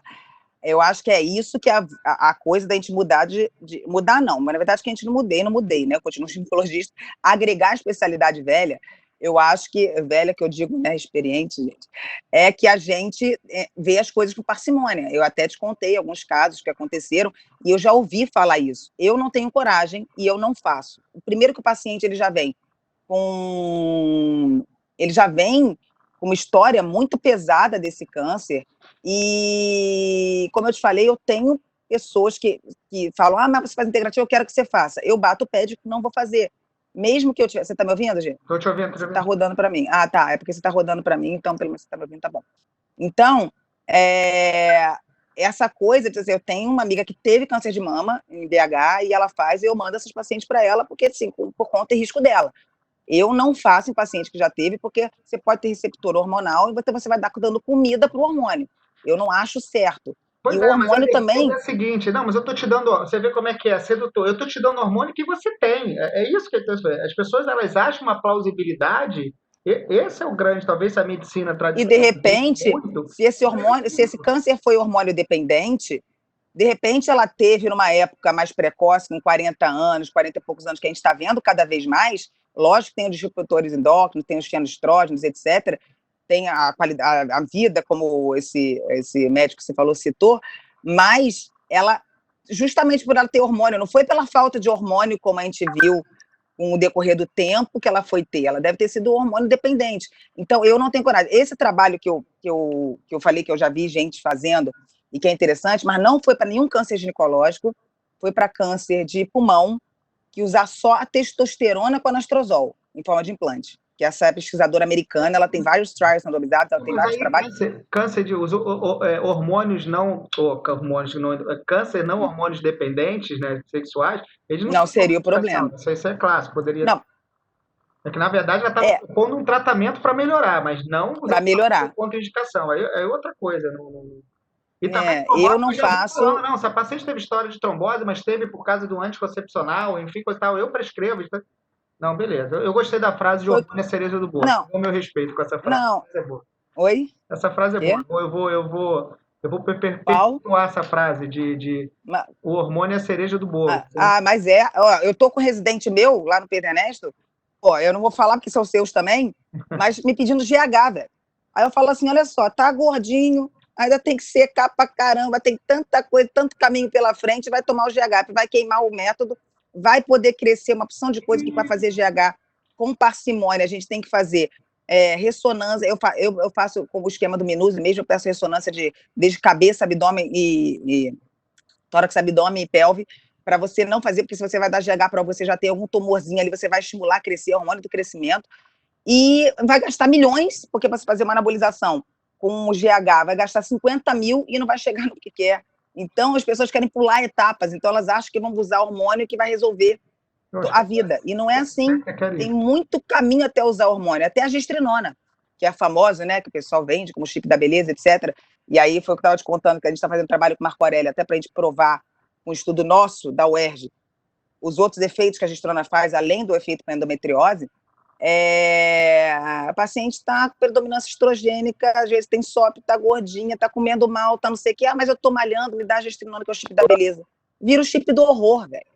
Porque a mulher vai fazer mais massa muscular, mas essa massa muscular, cada grama de massa muscular, cada quilo de massa muscular que você faz, cada grama que você absorve de glicogênio, você leva 4 de água, então a mulher fica forda, que ela fica forte e gorda, que ela aumenta a massa. Então ela vai se achar que engordou, vai ficar inchada, vai dar espinha, vai cair cabelo e depois vai querer me matar. E nego tá fazendo aí, que nem água. Então é isso, esse é o problema. A medicina tem isso, né, da balança, né? As pessoas, elas não medem as coisas. E eu sempre explico para a paciente que teve o câncer que ela tem, assim, o que a gente quer fazer reposição hormonal? A gente quer tratar o quê? Osso, como a gente falou, pele, como a gente falou, trofismo vaginal, Achos, assim, tudo, depressão, etc.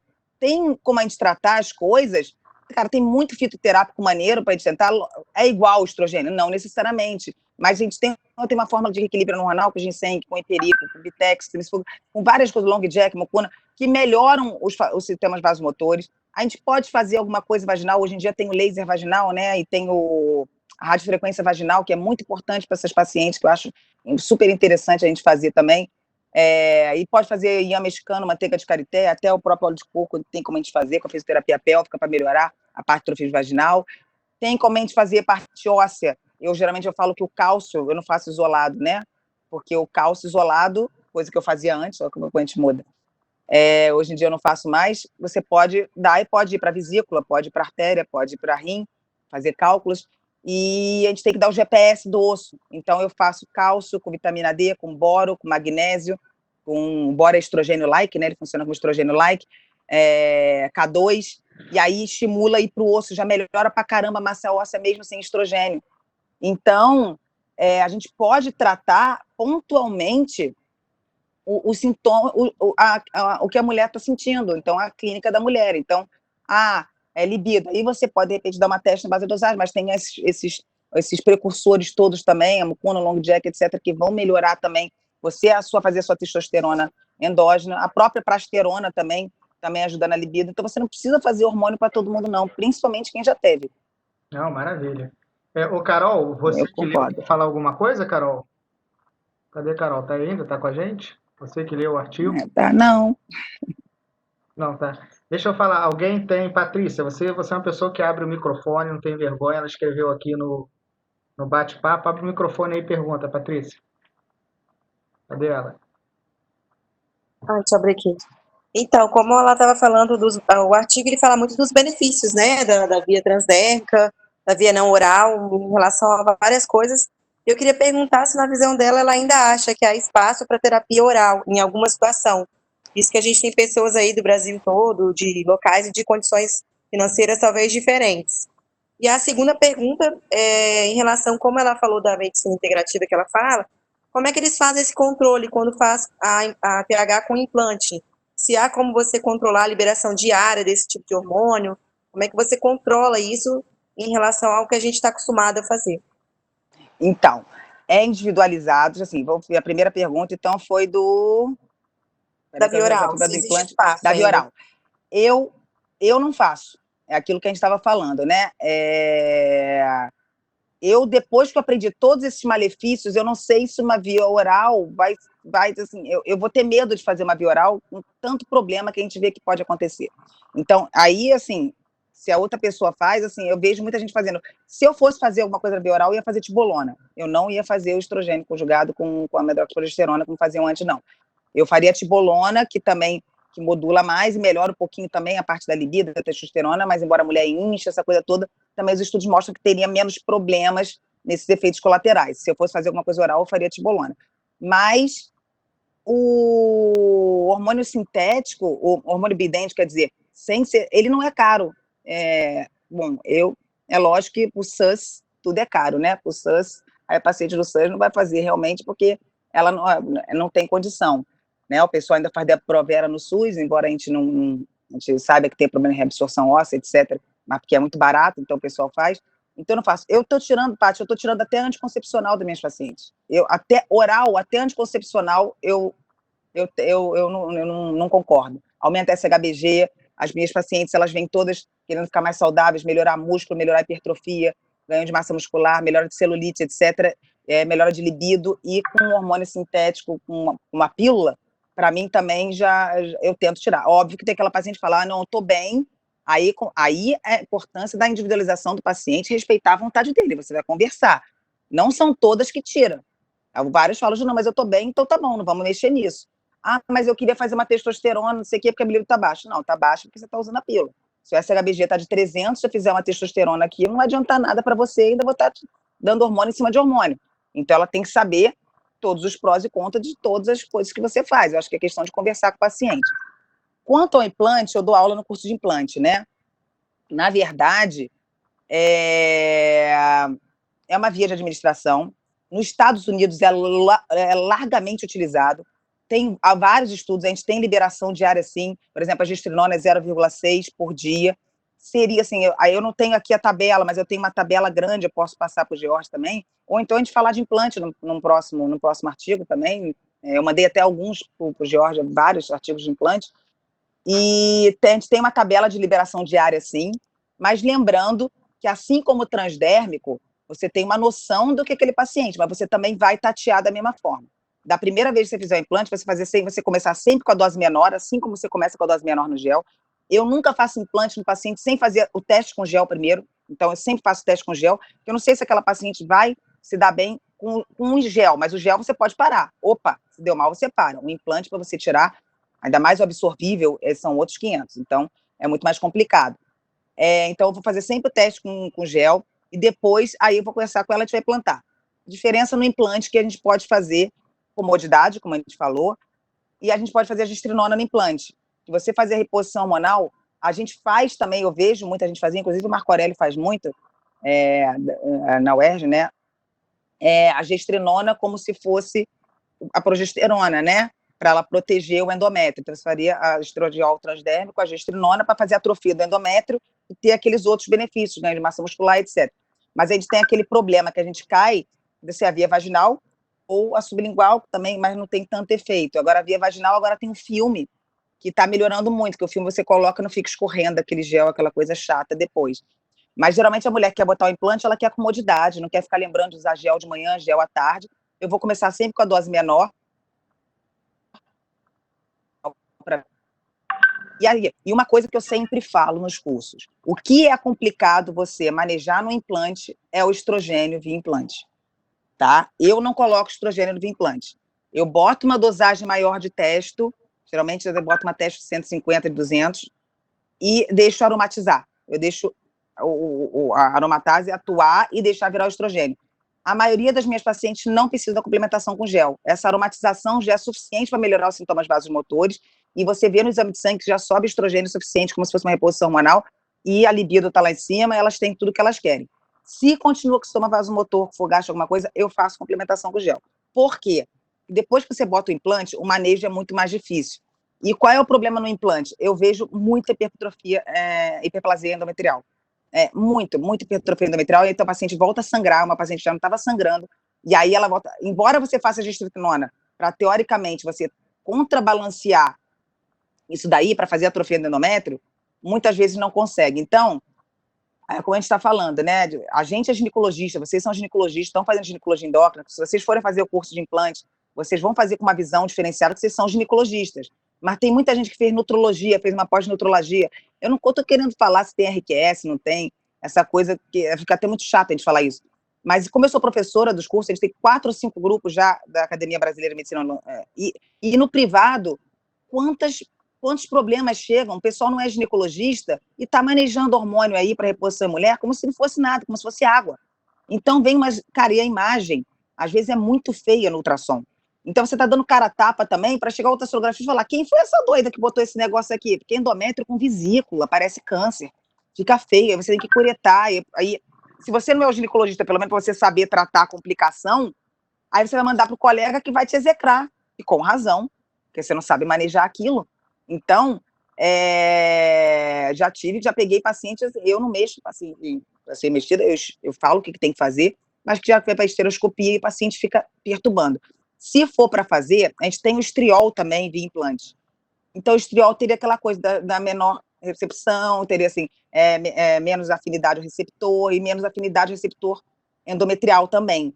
Então, seria um pouco mais seguro, porque o estradiol a gente tem de 12,5 e de 25. Eu já vi o pessoal botando 25 direto. E aí a mulher começa a sangrar a cara para manejar, é um problema. E aí mandam para mim, quem é a professora ginecologista? Eu. Aí eu falo, velho, eu falo no curso, eu falo, não faz. E você faz? Aí é por sua conta e risco. Então, mas agora, lá fora, a gente vai todo ano para o Congresso da A4M, e tem maio em Orlando e em Las Vegas no final do ano, em dezembro, mais ou menos, meio de dezembro. Cara, você anda, igual você anda nos estandes aqui do Brasil, que tem os que são os libs, não sei o quê, lá é só de implante. É muito implante. Então, eles têm a técnica de colocar, eles colocam implante, que a gente fica até horrorizada, a gente que faz tudo. Eu coloco implante, eu coloco capote cirúrgico, eu boto todo, assim, porque para mim é um mini procedimento cirúrgico, embora você faça, eu faço pique bisturi, eu posso até mostrar para vocês, eu te mostrar a foto, mas, amor, faz isso para mim, reverte as fotos aqui, porque eu inverti, porque eu achei que fosse você igual selfie, igual na live, daqui, do G aqui. Inverte aqui, você já inverteu tudo? Ele já inverteu, gente, olha. Maridão. Maridão. Aqui. Então, o implante, né, ele vem pequenininho assim, né? Ele vem estéreo, vem assim, bem pequenininho. Esse daqui é de testosterona, que é um pouquinho maior. De gestrinona, cara, não dá nem para enxergar. Tem que tomar cuidado, porque se você perde, cai no chão, já era. Não dá para ter a lei de 3 segundos, né? Sopra e coloca, né? Ferrou, perdeu R$400 na bolinha. E a gente coloca, assim, tá vendo? Tem o aplicador, mas eu boto o campo, eu coloco tudo, porque tem que ser uma coisa estéreo, né? Vai no subcutâneo. Tem a outra foto que não veio, mas tem aqui. Aqui, ó. Você, a aplicação do implante, você vai no via subcutâneo. Tá vendo? Então, vai subcutâneo ali no meio. Então, tem que ser. Agora, o cara coloca como se fosse apresentação, assim, vem tomar whey aqui. Ele bota uma bunda para cima lá e 500 cabeças em cima vendo, e ele vai fazendo ali na frente de todo mundo, só com uma luva estéreo, mal bota máscara.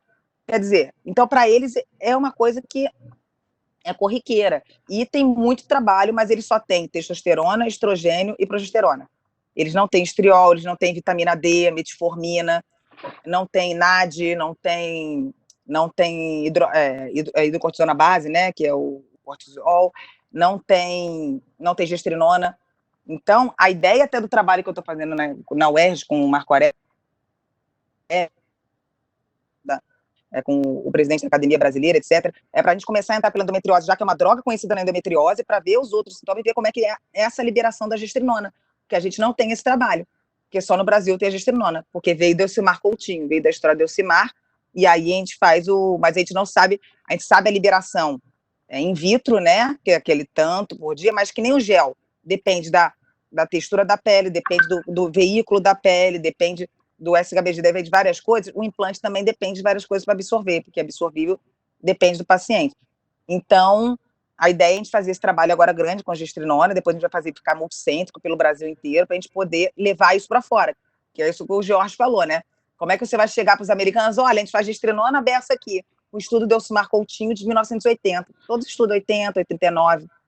Os caras vão rir para nossa cara, né? Eles têm esse testosterona, os três, a estradiol, testosterona e progesterona, mas o FDA é liberado, então tem inúmeros trabalhos com essa absorção, com isso daí. É só uma via de administração lá mesmo, é super tranquilo. Agora a gestrinona a gente tem que fazer um estudo maneiro aí para levar para eles, não dá para ser de achismo, não.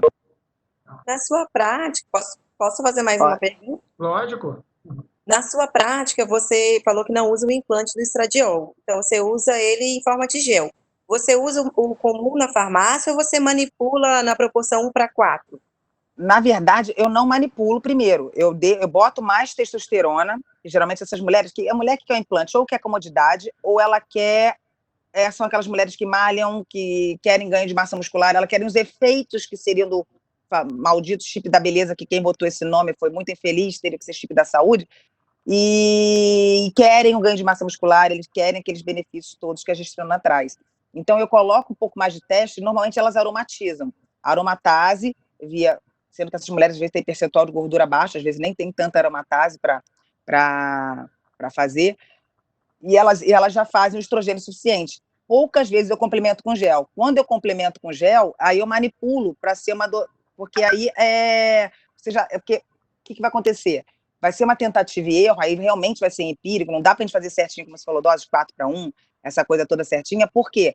Porque ela já tem alguma transformação dela em estradiol. Então, você pode até dosar no sangue, mas aí entra aquela discussão que a gente fala que o hormônio no sangue ele é diferente do hormônio na saliva, né? Não ser necessariamente o que a gente tem no sangue está refletindo o que você tem dentro da célula. Por isso que na saliva ele seria muito mais eficaz. Pena que é caro ainda, os convênios não cobrem. Uma testosterona dosada na saliva, você vai conseguir um cortisol dosado na saliva, você vai conseguir infinitamente tratar melhor o seu paciente, ter uma noção de como é que ele está, do que no sangue. Mas, então, seria mais, na verdade, para tratar os sintomas vasomotores que persistirem. E aí você começaria com 0,5 miligrama mesmo completando. Você pode fazer de 0,5 miligrama a 3,5. Alguns trabalhos mostram até 2. Tem até farmácia de manipulação, quando você bota para manipular um pouquinho mais, ele fala, não, olha, a gente só faz até 2. Mas já tem trabalho mostrando que vai até 3,5. Mas no gel, né? Que depende da pele, né? Tem mulher que você tem que aumentar um pouquinho, porque a pele dela não absorve mesmo você mudando de veículo. Eu tento geralmente mudar de veículo antes de aumentar a dose. Sempre o menos é mais. Quanto menos hormônio você fizer, melhor. Você conseguindo o que você quer, né? Maravilha. Alguém quer fazer mais uma pergunta, gente? Pessoal muito inibido. Ninguém quer abrir o microfone? Perguntar aqui no chat. Pergunta em off aí, gente. Não, o pessoal ando inibido ultimamente, acho que é você, Julia. Eu que vi uma pessoa muito importante, as pessoas ficam inibidas, sabe? Que... Não, assim, quanto mais importante a pessoa é, menos as pessoas perguntam, chega a essa conclusão. Deixa eu te falar, minha amiga, a gente chegou 21h30, tá? Mas eu acho que dá para a gente aproveitar mais, o pessoal vai começar a sair, mas vamos empurrar um pouquinho, no máximo 10 horas. Fala um pouquinho do androgênio, como é que você prescreve, independente das indicações, como é que você prescreve ela, doses, enfim. Mas você quer o quê? Para libido ou você quer para ciclo? Aí você... Acho que eu faço as duas coisas, né?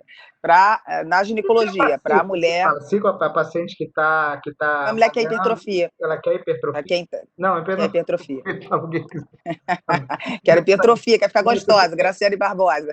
Não, isso aí fica gravado. Se alguém quiser saber da hipertrofia, que conversa com a Juliana. Vamos falar da libido. Vamos falar da libido. Então, é a mesma coisa do menos é mais, né? Geralmente, ela já fez a reposição com estrogênio, com a progesterona, e muitas vezes elas continuam com a queixa de diminuição da libido. A libido na mulher, ela é multifatorial, né, Giotti? Assim, eu digo que a libido na mulher, ela é difícil de tratar, ela é mais difícil de tratar do que no homem. No homem, você dá uma teste, faz uma cosquinha, opa, já tá ali, já subiu, já tá alegre, muitas vezes já resolve a vida. Eu já peguei mulher com testosterona de 200, dizendo que ainda estava sem tesão. Então, é complicado a gente analisar isso tudo. A mulher, o estresse, ela bloqueia, né? Assim, o que acontece? Quando você tem a cascata, né, hormonal, quanto mais estresse você tem, você tem o síndrome do roubo do cortisol, que você puxa. Eu acho que tem aqui a foto da cascata, você acha, né? Nas fotos.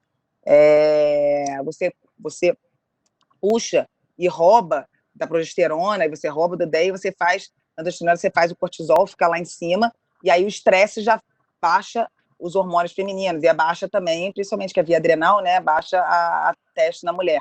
Então, a testa no sangue também não é o mais eficaz, porque, como eu falei, tem mulher que tem testa de 80 e não está a mesma coisa, e o nível plasmático é diferente. Por isso que na saliva, se você for fazer alguma coisa mais fidedigna para saber como é que é a testosterona, eu uso o sangue meio que para, como é que eu vou te dizer? Para nortear a mulher, olha, tá subindo, não sei o quê, mas é até perigoso, que muitas vezes a mulher, que o pico do gel, né, quando você faz o gel de testosterona, por exemplo, o pico é em 2 horas. Muitas vezes elas passam, porque é de manhã, acordei, passei, e foi colher o exame no laboratório, aí vem 500 de testosterona. Aí aquele susto, aí o laboratório liga, para a mulher, aí você fala assim, cara, eu passei e fui. Então, são muitos cuidados. Cuidado de não abraçar filho, que você pode alergizar. Então, eu começo sempre com a dose menor. Mulher pode ser de meio de testo a 10, muito de acordo com a queixa dela, porque geralmente o que acontece? A testosterona também, ela tem que deixar de ser demonizada, né? A mulher, ela precisa da testosterona. E a testosterona, ela é protetor cardiovascular, né? Tem muita gente que chama de cardiosterona, porque ela protege essa parte cardiovascular. Ela ajuda na depressão, ela ajuda no sistema nervoso central, ela ajuda também nesse aumento do ganho de massa muscular. Quanto mais massa muscular, mais proteção você tem, proteção óssea também de não caiu, quebrou, etc. Porque quanto mais massa muscular, o músculo é um órgão endócrino, né? Então, então a testosterona tem múltiplos benefícios também, não só a libido. Eu falo muito da libido por causa daquilo que você falou, que a gente conversou, né? Que, segundo a Sociedade de Endocrinologia, a gente só pode fazer por libido. Então, eu acabo usando mais quando ela tem essa queixa da diminuição da libido.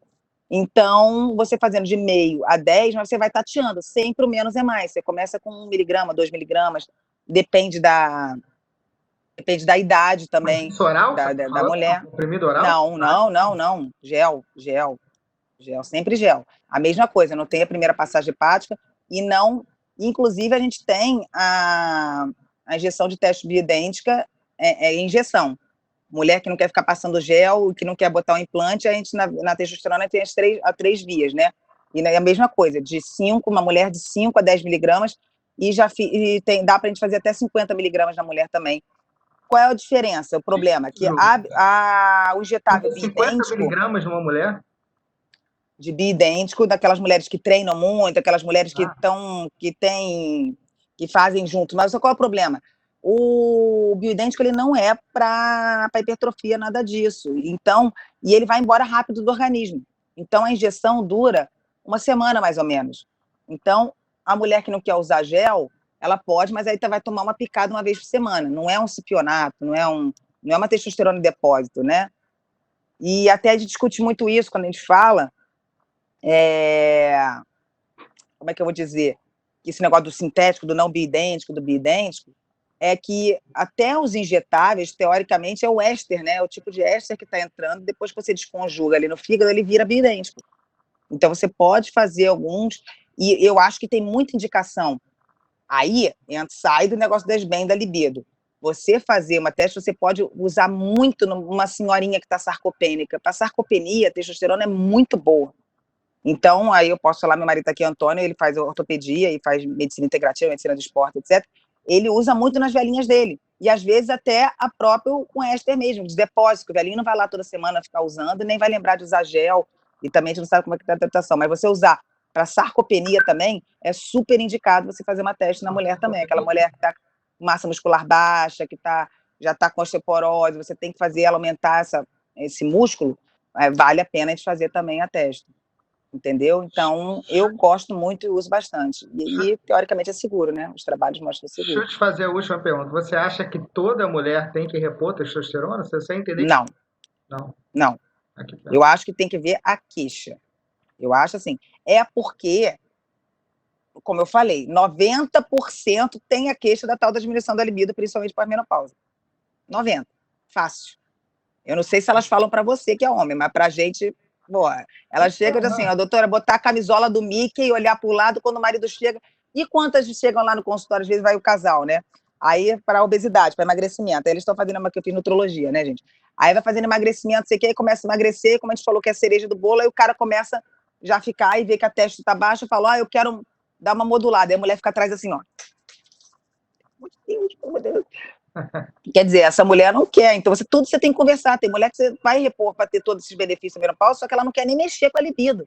Por que você vai dar uma testosterona para uma mulher que é viúva, que não tem relação, que não namora, que só quer estar mais forte e viver melhor para brincar com o netinho? Então, é individualizado, gente. Tem que ser individualizado, não é para todo mundo. É conversar com o paciente, ver o que ele precisa, e também não é só tratar exame de sangue, não. Eu já vou mulher com testosterona de 30 dizendo, pô, minha libido tá show. Para que você vai dar uma testosterona para ela? Então, é sempre individualizar. Aí, isso daqui é só para mostrar a cascata, ó. Eu gosto de mostrar muito aqui, quando a gente vem nesse cortisol aqui, quando você chega da prega aqui no cortisol, aqui, ó, muitas vezes a gente faz o roubo do cortisol e você não vai a cascata para o resto dos hormônios de esteroidade, não vai para a parte dos hormônios sexuais. Então, o estresse baixa a testosterona e baixa o hormônio na mulher. E a mulher também é aquilo, tem que ter o carinho, tem que ter atenção.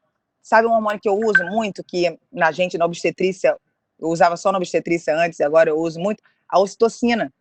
A ocitocina é um hormônio que você fazia antes de relação, fazer nasal. Não é ocitocina, não. Você faz uma dosagem menor e você aumenta, é o hormônio do amor, né? Você aumenta a integração entre casal, você melhora o orgasmo, você melhora o óxido nítrico, você melhora várias coisas também. O nome disso é vinho. Você não sabia. O nome disso é vinho. Resveratrol, né? O nome disso é vinho. Só se você não Também. de vinho. Deixa eu te falar, gente, a gente não muito, fica tarde. Alguém quer falar alguma coisa, quer perguntar? Mas vamos sim, Ju, vamos fazer uma de implante, né?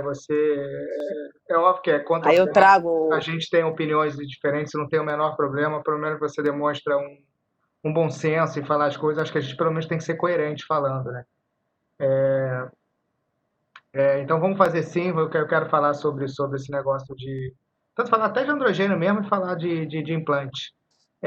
Última chance, ninguém quer a Tatiane. Alguém falou aqui que perguntou se a ocitocina se vende no Brasil.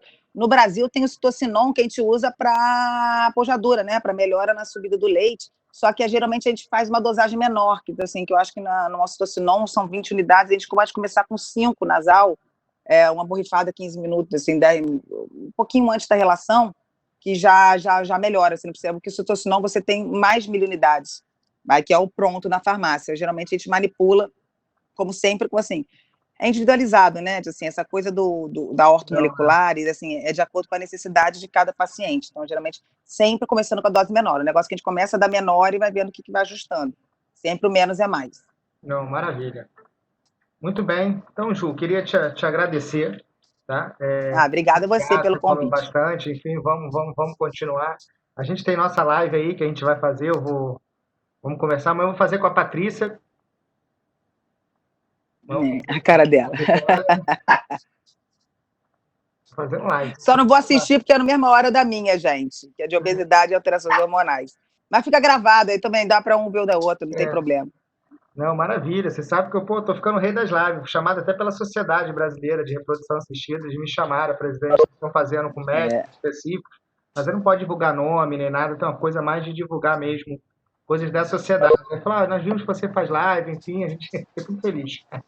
Não, mas é muito legal. E verdade. assim, eu sou suspeita que as pessoas conhecem nosso trabalho e a gente leva também informação a pessoas que não têm noção daquilo que a gente está falando. E aí elas começam a entender algumas coisas, a gente tenta falar um pouco mais para leigo, né? Eu não vou falar de SHBG, não vou falar de SADIO, não vou falar dessas coisas para quem não entende, né? A gente tenta falar uma linguagem mais para o público em geral e eu acho bem legal, porque eles gostam bastante, né? E é o marketing free, né? Acaba sendo um marketing free, né? Gente, Mas tem que gostar. Ju, maravilha. Você quer falar alguma coisa antes de ir embora, Ju? Não, mandar um beijinho para todo mundo aí. Se alguém tiver alguma dúvida, pode mandar pro G, pode pedir meu celular, ele dá meu celular, não tem problema nenhum. Ou buscar a Juliana no Instagram, que é fácil. Né? Esclarecer que Juliana, você não é aquela Juliana, né, Ju? Como é que foi? Eu não sou a Juliana Rainha do Dil. Aquela é a Juliana Riso, com 2 ex, e ela é de Goiânia. Eu até conversei com ela outro dia, porque por causa desse negócio, dessa confusão, que todo mundo achando que eu era ela, mandando mensagem. Eu falei, gente, se eu tô sofrendo isso, imagina essa mulher. Só que ela é muito doidona, cara. Se você entra no Instagram dela, ela é muito engraçada, ela faz os negócios, então é dela mesmo, assim, hoje em dia, conhecendo ela, eu acho que eu entendi porque que ela fez aquela brincadeira, mas eu não faria aquela brincadeira, não. Pior que ainda brincaram que eu tinha acabado de voltar de Las Vegas, né, cara? Veio logo depois, eu tinha acabado de postar que tá no congresso da I4M, não sei o quê, veio um cara, me conhecia, parece que achava que eu tinha tomado vinho e conhecido o cara lá em Las Vegas. Pô, sou doida, mas não tanto. Carolina, você quer falar alguma coisa, minha amiga? Oi, Carol. Oi, tá me ouvindo? Tô. Então, não, obrigada, eu estava bem nervosa, mas passou, vamos para a próxima. A próxima é mais tranquilo. Não, mas o objetivo é esse, Carol. A gente, quando a gente entra na pós-graduação, às vezes não querendo essas coisas mais acadêmicas, mas faz parte. Por isso é uma pós-graduação, então a gente tem que... E o objetivo não é nota, não é fazer comparar ninguém com ninguém, enfim, mas é isso, ler o artigo, você é a pessoa que mais sabe aquele artigo. Eu e Juliana, por exemplo, eu li o artigo da quarta-feira, das 5 horas, a gente leu o artigo, a Juliana, de repente, como ela é a primeira vez que ela está vindo, de repente ela leu até um pouco antes, aí para fazer um pouco mais bonito. Enfim. Não, eu li e fiz milhões de considerações. Você não, você realmente teve que ler, botar, aprender, falar, você é a pessoa que mais leu, isso com certeza vai fazer alguma diferença, assim, de repente, né, de entender melhor o assunto, às vezes até entrar no assunto, então acho que faz parte da pós-graduação, parabéns por aceitar aí o desafio. Gente, então, obrigada. Gente, vamos despedir. Ju, muito obrigado. Pessoal, semana que vem... Boa noite, gente. Daqui a pouco eu escolho um aluno para apresentar um tema e quarta-feira que vem a gente se encontra. Tchau, tchau, tchau, tchau. Beijo, beijo. Tchau, tchau, gente.